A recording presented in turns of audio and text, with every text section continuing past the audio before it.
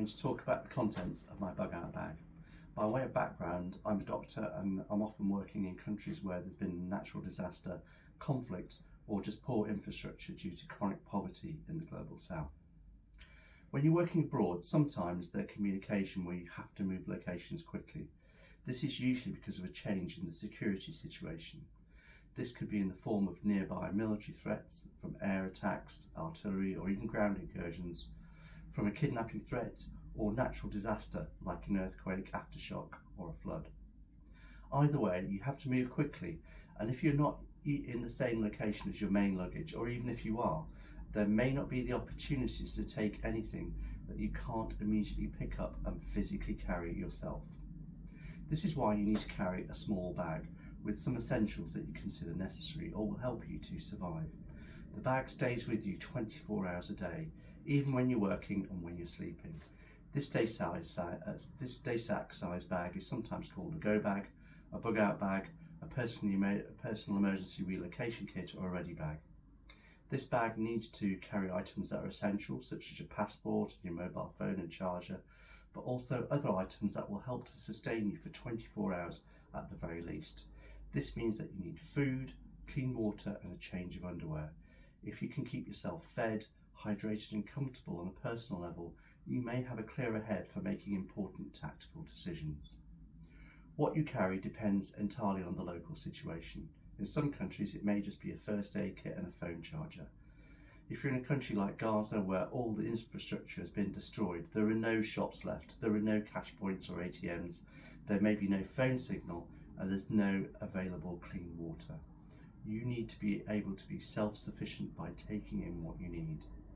If you're in an unstable country that isn't actually under attack, you may be able to access shops and there may be phone signal, but you may need to use local currency as there's no facility to use your credit card, and safe potable water may not be available. It depends entirely on the location, and you need to plan what you carry in your bug out bag according to the security situation. In this video, we're going to have a deep dive at what's in my bug out bag. I tend to carry perhaps a little bit more than other people, as I have to think as well about team equipment and covering the needs of a team, as well as personal equipment. You'll need to carefully consider your own needs. Let's go. This is a 30-litre day sack. So let's just have a look at the bag itself. So I want to make sure that I've got a chest strap. Ideally you want to have a waist strap as well. I've put a whistle on this bag so that I can attract attention if I need to. I always carry a few spare carabiners if I need to clip equipment onto it, and on the side I've got my water bottle. This is a filter bottle, so it just flips open with a sports lid like that, but I can open it, fill it up with water from a river or from any kind of collection of water, and I'll be able to filter that and have safe, clean water for drinking. Let's go through the sack in a bit more detail. So on the side I've got a small pouch here. I've got a cup, it's a folding cup. I've got a plastic bag, and I've got my phone charger just in case. I need to charge my phone, and it's easy access to all of those.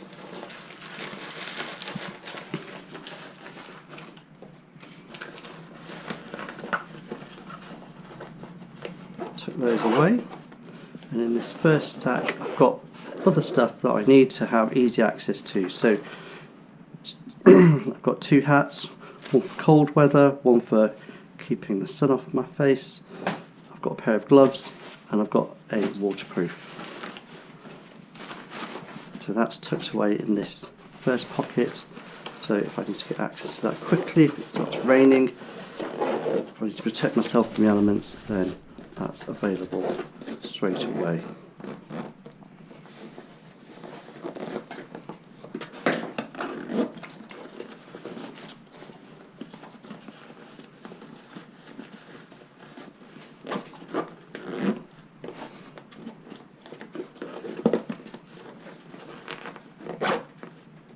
Now in the top pouch of this day sack,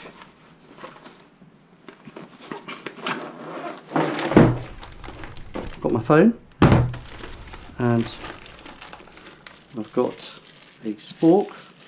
This is half spoon, half fork, half knife. I've got a head torch, I've got a pair of sterile gloves, and I've got some charging cables. This one's got multiple cables, so whichever type of charger I need, I've got the cable available.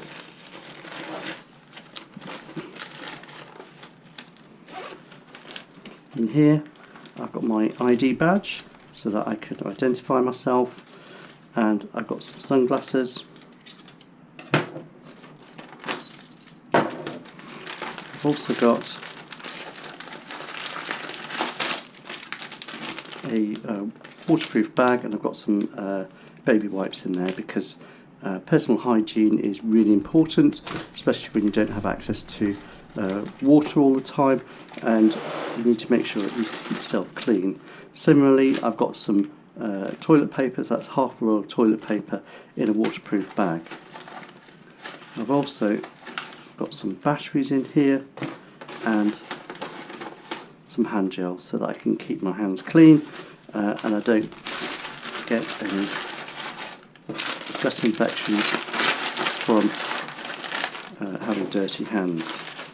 So I've got different sizes of batteries. So I've got AAA and AA batteries for any of my gear.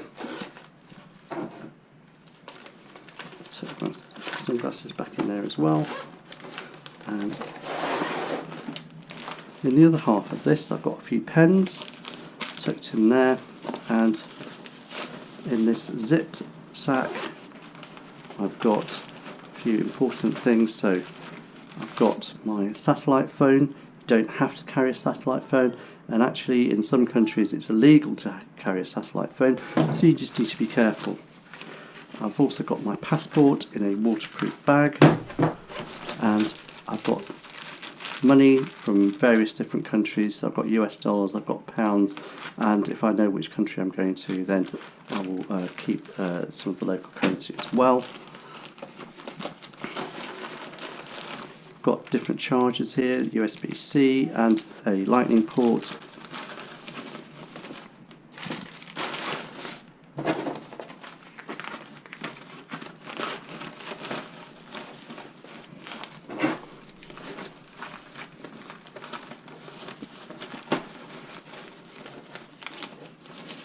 Let's close that up, and let's tuck all these bits back in.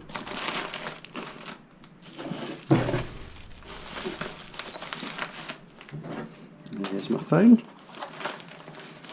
On the back of my phone I've got a 24-hour contact number in case of emergencies.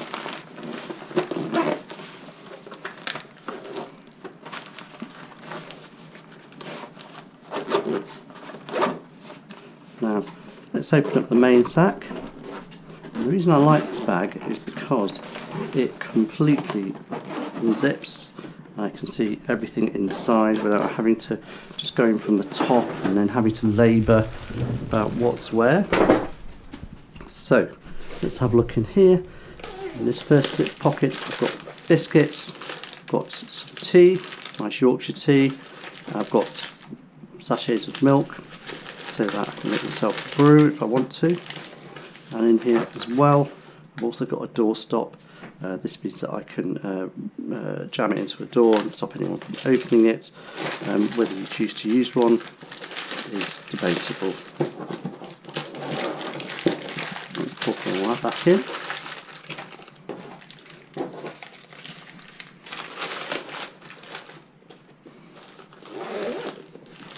This other pocket, I've got some essentials. I've got a light stick there, I've got a mirror,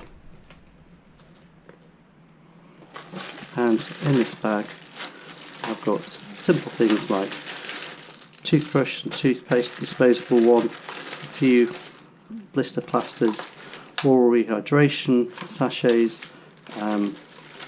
some antacids and some painkillers.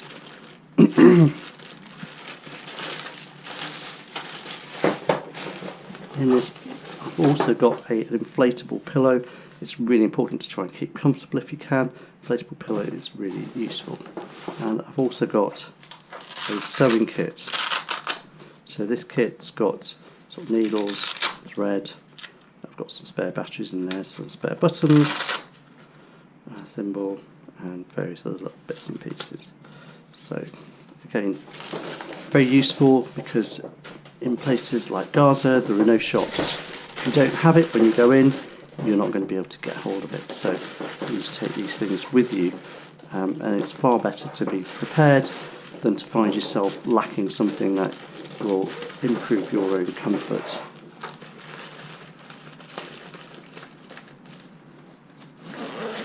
If you're not comfortable, if you're not safe, then you're not going to be able to work effectively. A little carry case here. In this, I've got a pocket multi-tool, but I've also got paper, a pen and a pencil, and compass and some paracord. And on this side I've got a few sachets of coffee, and I've got a fire lighter so I can start a fire if I need to.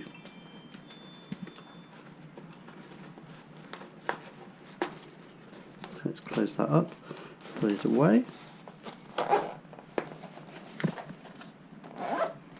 I've got quite a big power bank, so this is an absolutely massive power bank, but that will charge up my laptop and it will charge up 4 or 5 phones.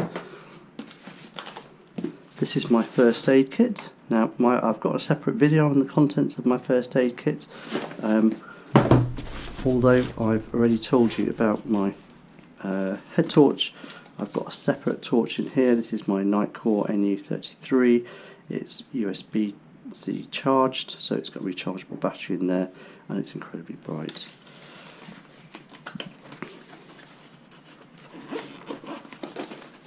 Let's put those to one side. I've got survival blankets, and this is a 24-hour ration pack, so it's got essentially all the food that I might need for 24 hours, and I could probably make that drag out over 2 or 3 days if I wanted to, because there's so much in there. I've got a solar charger, so if you don't have access to energy, you need to be able to charge your phone, you need to be able to charge your laptop, so a solar charger will charge up my power bank. Once I've charged my power bank, I can use that then to charge up my phone and my laptop. I've got my laptop here, just basically everywhere I go that laptop's going to go as well. And then the last thing I'm going to show you is a dry sack. So this dry sack is going to keep my things inside dry, even if I'm underwater or it gets submerged. So kefir, really useful item of kit. It'll keep you warm if you are in the cold, and if you are in the sun, you can drape it over your head to protect yourself from the elements and also from sand. I've got a pair of trousers, so these are Rohan flexible bags.